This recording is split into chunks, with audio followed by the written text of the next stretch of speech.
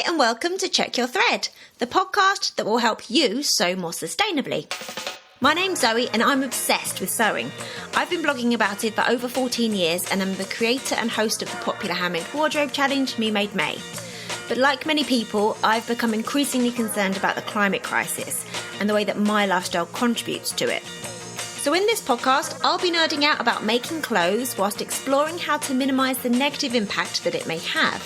I really hope you'll join me in this journey. How can we get a handle on our reoccurring sewing struggles? And what are the steps we need to take to coach ourselves through them? This week, we're building on from last episode's discussion on gathering self-knowledge with transformational coach and crafter Kim Witten. In this part of the conversation, Kim gives us some practical, actionable steps we can take for greater sewing success and enjoyment. But first, how are you doing, lovely Check Your Threadhead? Are you good? Are you making anything at the moment? My overlocker is still at the doctor's, plus I haven't had that much time to sew recently, so I'm still plugging away on my shoulder bag project. Once I've completed that, I'll probably find something that needs mending and then crack on with another bucket hat for my big kid. Sustainability wins this week. So Fabric Godmother, where I've been working part-time for nearly 5 years now, they've recently started monthly social sewing gatherings. They're on the first Tuesday of the month and they start with somebody doing a short talk on something sewing related. I volunteered for the June one, so I did a talk on, unsurprisingly, how to sew more sustainably. I was breaking down the main overarching goals as well as mentioning many of the other fun related approaches and activities you may choose to try. So that's my win, trying to inspire a room full of sewers to think about doing it more sustainably. So as I'm recording this, it's just over a week since the end of this year's Me Made May challenge. Now that the dust has settled, if you challenged yourself this year, how did it go? What did you learn? Did you have any interesting revelations about your wardrobe or what you like to wear? Personally, I had some interesting discoveries. Generally, my handmade wardrobe works well for my general needs. My life is pretty casual and so are my clothes, and my garments largely work well with each other. I discovered a couple of new combinations, but because I haven't actually added to my wardrobe very much since last year, I think I've pretty much mined most of the possible combinations at this point. What I was surprised to learn is that I'm actually craving a few additional slightly dressier items in good quality fabrics, like some nice plain black dungarees, like a nice black or white blouse, a nice black or navy cardigan, some comfy but nice looking elasticated waist trousers or culottes. Those things are going to have to wait until next year after the last Sew Standing Challenge is finished and I'm allowed to buy fabric again. But I can do some research and seek out inspiration in the meantime. Anyways, if you're looking to share your findings with someone, my inbox and DMs are always open. Plus, if you bought the Me Made May workbook to help you record your challenge, you can let me know your findings whilst giving me a bit of feedback on the workbook itself. I've made a very short survey that I'd be so grateful if you take a few minutes to complete. I've put the link in the show notes. You'd really be helping me to make it even better for next year. A million thanks in advance. I also want to let you know that this week I'm relaunching the Check Your Thread newsletter. Those who signed up previously know that I was sending out fairly lengthy newsletters every month that included all sorts of Check Your Thread related business. Well, a few months ago, MailChimp stopped offering the service tier that I was using, and I was at a bit of a loss with how to proceed. It took me ages to work out how to migrate a mailing list and where I should migrate it to. And so I totally fell off the wagon with it. And then I questioned if it was even something that people wanted, or if it was a good use of my time, blah, blah, blah. Well, long story short, I've migrated my mailing list now to a new platform, and I'm relaunching the newsletter, but I'm going to trial a different format. It's going to be much shorter, like 2 tiny paragraphs, but it's going to be more frequent. I'm really excited to get back engaging with the mailing list and trying this different format. I'm going to be sending it out every Tuesday and will include a tiny bit about the latest episode, including a fun fact or behind the scenes tidbit. Plus, one other thing that I think listeners of this podcast would like to hear about. It's going to be that simple, should take you all of 2 minutes out of your busy day to read. So if you're already signed up to the newsletter and can't find it, please check your spam folder as I'm using a new provider, and so please then mark it as safe. If you haven't signed up, you can do so on the homepage of the Check Your Thread website, checkyourthread.com, plus there's a link in the show notes.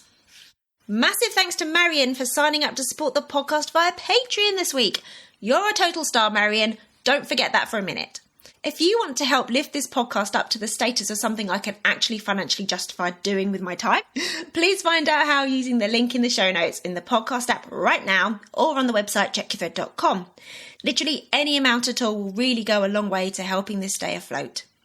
Okay, back to today's episode. All I'm going to say is take a listen and let me know if you try any of the suggestions. I'm so excited to find out if this conversation positively impacts anyone's sewing experience. Don't forget their show notes. Don't forget to sign up to the newsletter if you haven't already. Don't forget to look after yourself and don't forget to enjoy. So, I mean, you seem to be like a naturally... I don't know if it's naturally occurring or if it's something you really worked at, but you seem to be very self-aware with patterns and behaviours and motivations. But I don't think that a lot of us are I'm definitely not as aware as, because sometimes you ask me questions, I'm like, I don't know, I never thought of that. So like, how do you think that we are able to develop that kind of self-awareness so we can help ourselves going forward? Like, is that something that we can work on? Absolutely. And it's a practice. And it's a practice that I'm still and forever working on, and that we all can in all of our interesting ways. I haven't always been as self-aware as I am now, and I've still got, a forever ways to go. But yeah, it starts with noticing, what is happening, and that noticing is going to be retroactive at first. Right. Explain that. So kind of looking back on something, and this applies not just for crafting, but, all areas of our life. But sure. Sewing is such a great arena because it's a manageable event, and it's just us and what we're working on. Yeah, there's not sort of outside influences necessarily that can kind of muddle exactly. or confuse. It's fairly pure, and it allows... It's illustrative maybe of some larger patterns, pun intended, in our lives that we might be struggling with or working through. So looking at what's happened maybe when you've gotten frustrated with something, or something didn't turn out right, and how you deal with that. So at first, it might be looking back on it and going, oh yeah, that was an instance where I just got overwhelmed and I didn't deal with that. Here's how I dealt with my overwhelm. I flipped the table, got frustrated, walked away, got angry, or I persisted. And then I just ended up sewing a whole bunch more, but horribly, and then having to unpick it or, whatever. I just brute force tried to stick with it and push through. But then that noticing can shift, where you can start noticing it while it's happening. Right. And we had an instance of this where, so I had bought some elastic thread for a knit project. Yes. And I think you remember where I'm going. Was it the shearing elastic? Was that what it? No. It was the thread. Yeah, it was like the Seriflex. Yeah. So it was elastic. I was very excited about it. And then I went to put it on the bobbin, and the whole thing just ended up in a big mess. And I felt my panic and frustration and ire just rising. Again, I didn't understand why this was happening. I didn't want it to happen. And it was like all my new thread was, not all of it, but half of it was ruined and wasted. I couldn't do anything. I couldn't even untangle it. I had to cut my way out of the situation, hacking my way through. And I messaged you, and you were like, step away from the machine. Step away from the thread. Yeah. And I was halfway there. I was recognizing that I was just hitting my limit. You managed to pause long enough to send us a picture of it. So I was like, I did. We can save her from this. Exactly. But I mean, there was a bigger thing that was happening where I had these hopes and dreams about how easy this project was going to be, and that I would be able to straight stitch it. Yes, because you were familiar with the pattern, weren't you? You knew that you liked it. You were looking forward to making it in the lovely fabric, and you're like, I'm going to try this new thing. It's going to make it even quicker. This is going to be a breeze. It's going to be in my body within the hour. Yeah. None of those things were true. But I was able to to notice what was happening in the moment and to calm myself down, and then to salvage not the thread, but to go back. The situation. The bigger, goal. I got to the Yeah. win, just not the way I'd dreamed. Yeah. Or pictured So it. when you were saying initially about how to start ourselves more on the process of being more self-aware with struggles and reoccurring things, I mean, do you think maybe setting aside, like maybe when you finish the garment or something like that, or you finished a long sewing session, maybe just giving yourself a few minutes to kind of just sit and kind of mull over that experience, like maybe almost like kind of factor it into the project itself, possibly. Yeah. What did I learn from this? What went well? What didn't go well? Yeah. What did I learn about how I was feeling in the process? Yeah. What could I do differently next time I do a project like this? Yeah. So in product development and user experience research, these kind of reflections are called retrospectives or retros. Right. So at the end of a project or, whatever, a task, you go back and you do a little mini reflection. And so you ask yourself these questions of what happened here? What did I create? What went well and why? What didn't go well and why? What would I do differently? And what did I learn about myself? And just going through any one of those questions, either formally or informally, can really help set you up for the next project. I love that.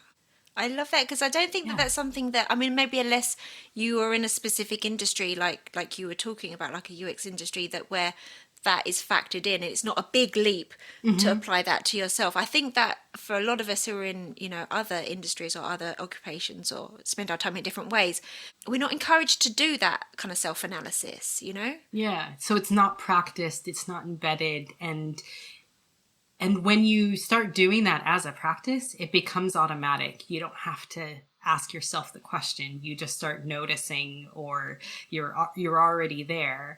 And it can be helpful to maybe, if you want to create a running document or, a catalog of your projects, if you're that kind of person who likes to write things out or track things, then you've got this book of learnings almost, which is why the Me Made May workbook has been so useful, because it has some of those questions of like, what's working well here? What fabrics do you like? It allows that self-reflection. It enables and fosters awareness about clothing and how you feel about it and what you will then do as a result, the next time that you want to make something or wear something. So I think all of that is incredibly important and useful, because then that third or fourth, I don't know where we are in numbers, of noticing is proactive. So going into a project, what are likely going to be the pitfalls and how will I handle them, so that I know going in that when something happens, I'm going to be able to manage it better. And instead of just being completely blindsided and surprised by having to unpick this collar yet again, or take a different approach to the thread and how I'm going to do it, it's something more manageable. Sure. And also I really feel like managing your energy levels as well. Like, that there's, this bit, I often slip up at this bit. How am I feeling? Yeah. I'm feeling a bit tired. Okay, let's put this to bed. Let's come back to this. And this can be the thing that I do when I'm fresh in my next sewing session or something like that. Yeah, like, I recognize this. I've spent some time thinking about what happened here.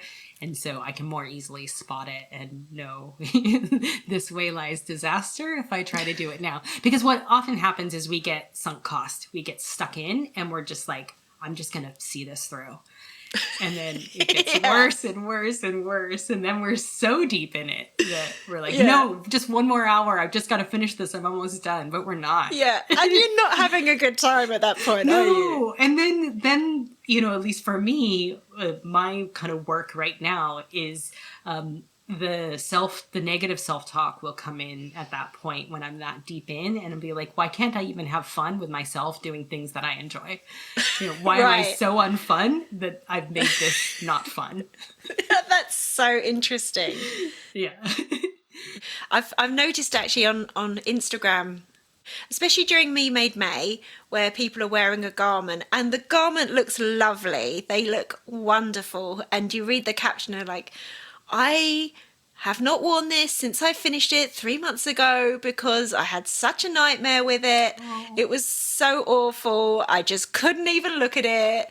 And this went wrong and that went wrong. And now I'm putting on, it's not too bad. It's okay. Maybe I'm going to like it. And yeah, I wondered like if there'd been some, maybe the process had been handled differently, it might not have felt so abhorrent to wear for a while, when it looks like a perfectly lovely garment. Yeah, a couple of things have occurred to me with this. Well, this is such a great example. That's just so heartbreaking and sad, right? That people are having these and they look wonderful. Yeah, with these, because we know the details. We know the seams that didn't go well. We know, all of this. Pattern matching that's not perfect. Yeah, exactly. And we've got these visible reminders or felt reminders of that. So there is some things that we can probably do to help make the experience better, but the wearing of it, if you keep wearing the item, then you're replacing the memories of the making with the joy of the wearing. And I think that's really important. It reminds me of like an album. If there was an album that you loved, but it's associated with a certain person or a time or a place that's now unpleasant. Yeah. I often try to reclaim those albums. So I'll re-listen to the album in a new place so much that it's now my album again, and it's associated with these new memories and this time, and that other time was further away and less important. So there's something about just wear the items and fall in love with it again, even if, and maybe even because of the pain of the labor of the making. Yeah. Yeah, go and hang out with your best mate for an afternoon. Have a fun day with her and get some compliments on it. Yes. Like that will turn the making around like nothing else. That's so true. That's so good. But talking of negative self-talk, so I feel like a lot of the time when we are coming up against these frustrations and these struggles, like it can kind of impact our self-esteem, I think, and we can interpret these mistakes and these struggles as being because we're a failure or something like that. I think that can be quite a common reaction, but I'm just wondering how we can separate ourselves from, it's not a personal failure that I'm struggling with the zip again. Like when we're making it about who we are versus what we did or what we do, I think there's a key difference there. Like if our ego's on the table, if our identity is on the table, then it becomes about who we are. And Brene Brown talks about it in the difference between shame and guilt, which may or may not apply here, but shame is like who we are and guilt is what we did. So feeling bad about not being able to do something versus feeling worthless about who we are, and it's because of who we are that we're not able to do this. We want to separate that. And there are quite a few things we can do to lighten that up and maybe not put our identity or ego on the table and not making it about who we are. It's not this failure to insert an invisible zip is not a reflection of our worth or abilities as a person, even though it might feel like it. So there's a couple pieces to this. One is expectation and desire. We really want something. We have this expectation of who we're going to be and what it's going to say about us. And we want that journey maybe to be really smooth to get there. Because if it's smooth, then it's emblematic of how true or authentic or us it is. And nothing's like that. Maybe films, and films, it's all emblematic. Yeah, exactly. And so lightening that up a bit, and maybe asking yourself, okay, what's actually true here? Is this really about who I am as a person, or is it just I really care about this value of efficiency and I'm not being efficient right now. Right. Or skilled. I really care about like being skilled and adept, and I'm just not. That doesn't mean I don't care about it. It doesn't mean that I'm not skilled. Yeah. You know, it just means that I'm bad at this part. And you can be bad at parts of things and still call yourself the thing. Right? Yeah. You know, there are lots of parts of sewing that I am bad at and will always be bad at. And I just work around it and cut corners and maybe not even do those parts. Or just, you know, patterns that don't have, for a while it was inset sleeves. And Right. I was just avoiding inset sleeves because I don't like them. They don't make me feel good. I'm not good at it. But I slowly was able to do that. Yeah. There's still things that I probably won't be good at, you know. Yeah. Or I think as well, you don't have to nail everything immediately. Like you can Yeah. park that. Yeah, You yeah. know, like I parked like making bras for a decade. I was like, I'm not ready yet to get my head around those kind of elastics, Yeah. that kind of measuring, those kind of fabrics, that kind of negative ease. It's not to say it's not for me ever, but I parked it for a long time. I've dipped my toe in more recently, still not ready to go full force. And that's okay. I'm still a good sewer. That sounds challenging. It's just very, from what I understand, like I've skirted around research, you know, I've dabbled a bit, you know, in the terms of like the bras that look like the kind of bra, you know, with underwire and stuff that you might get from a shop. It's just a whole thing. Yeah. Is that worth your time and is it fun at this point? I think that it eventually, exactly. I think right now I don't have the full brain space to go fully in because I really feel that it's going to be a situation where you're going to have to make quite a few to really understand it and your body and how it relates to your body and vice versa. And there's going to be a few rounds of failed attempts and unwearable things.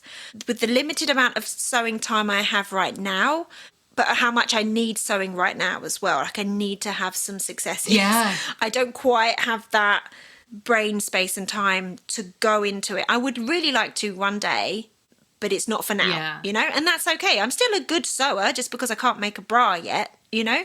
That's a really great piece of awareness. You said, I need to have some successes. I do. Yeah. That's why I like a quick win, you know, like make some pants. Yeah, yeah. You know? Which is fun.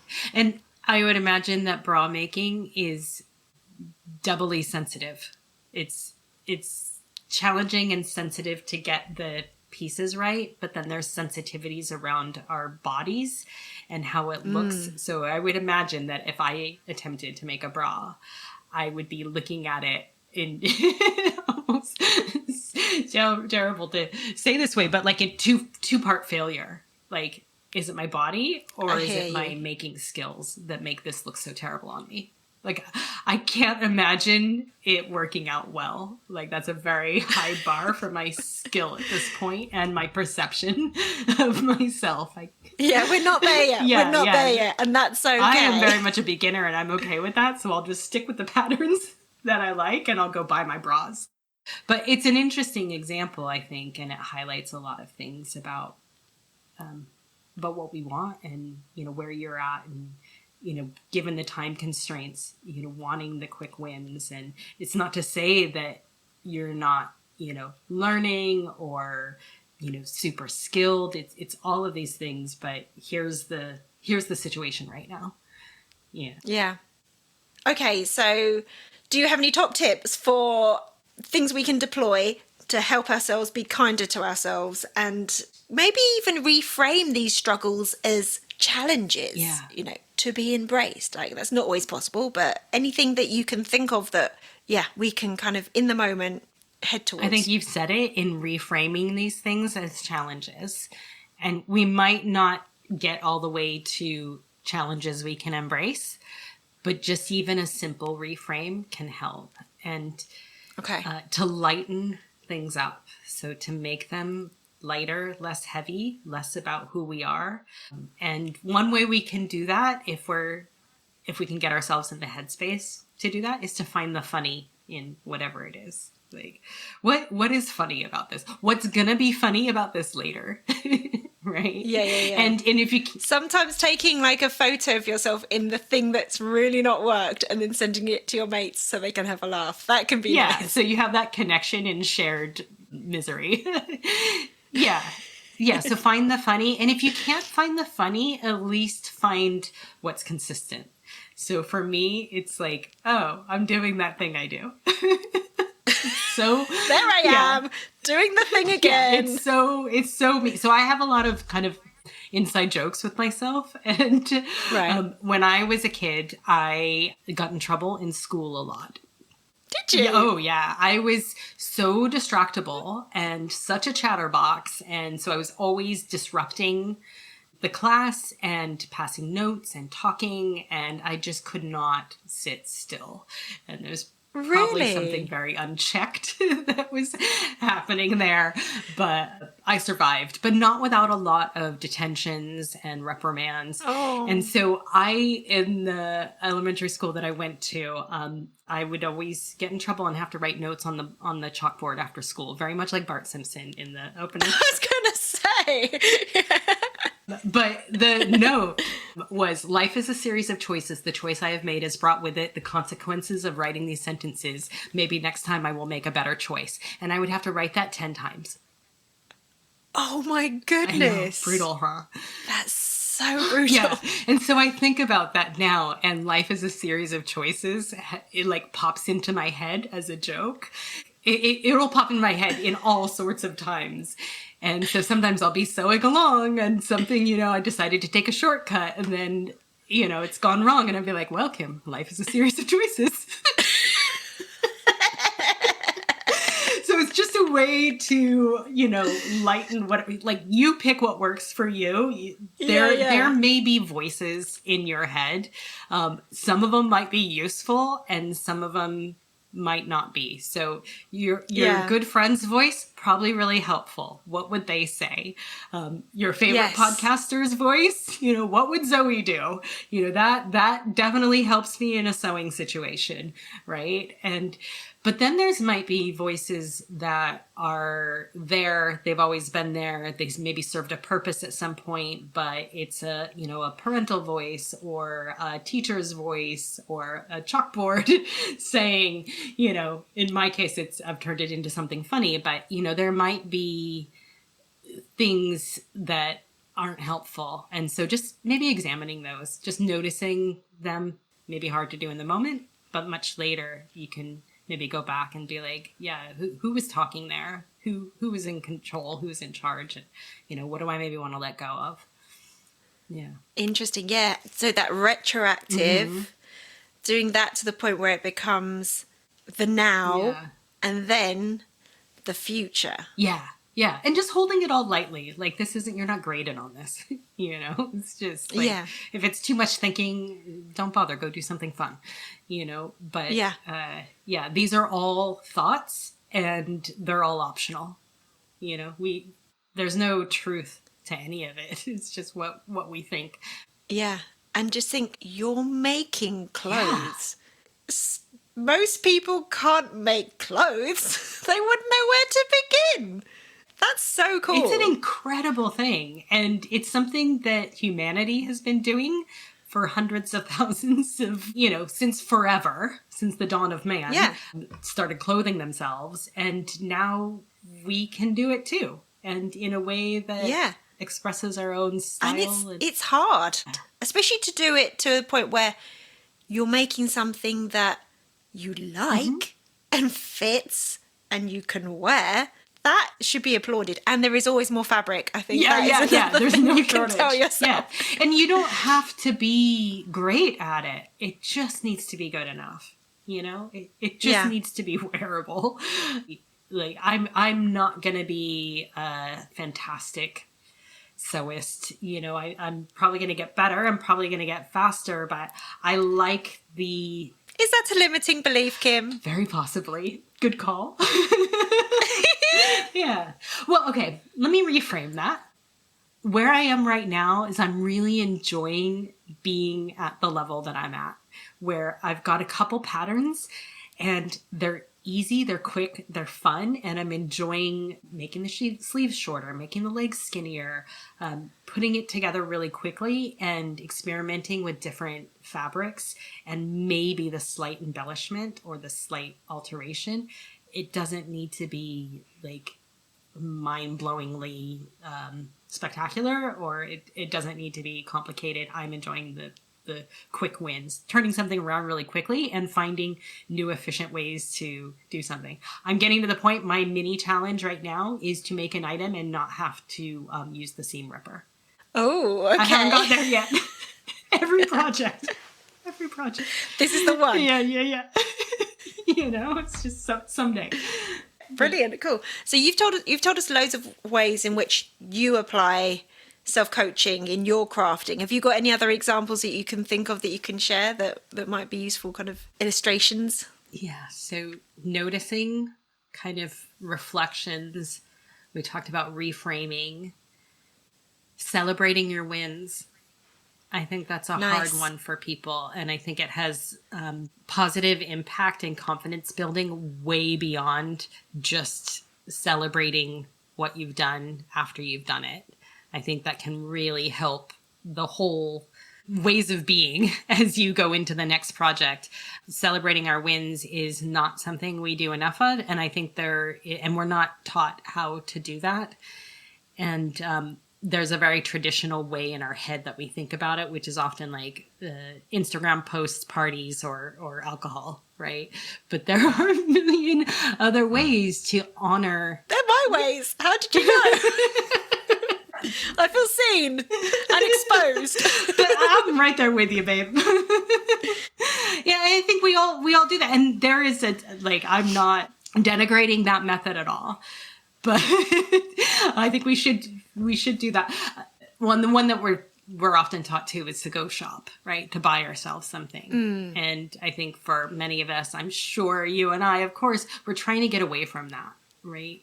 So trying to find more deeper ways of celebrating what we've done and what we've learned and where we've gotten to. And if celebrate is a word that is too rife with those associations, then maybe something like acknowledging or honoring or recognizing or elevating, whatever word kind of resonates with you. But just, and you said it earlier too, about doing this is hard and we're making clothes.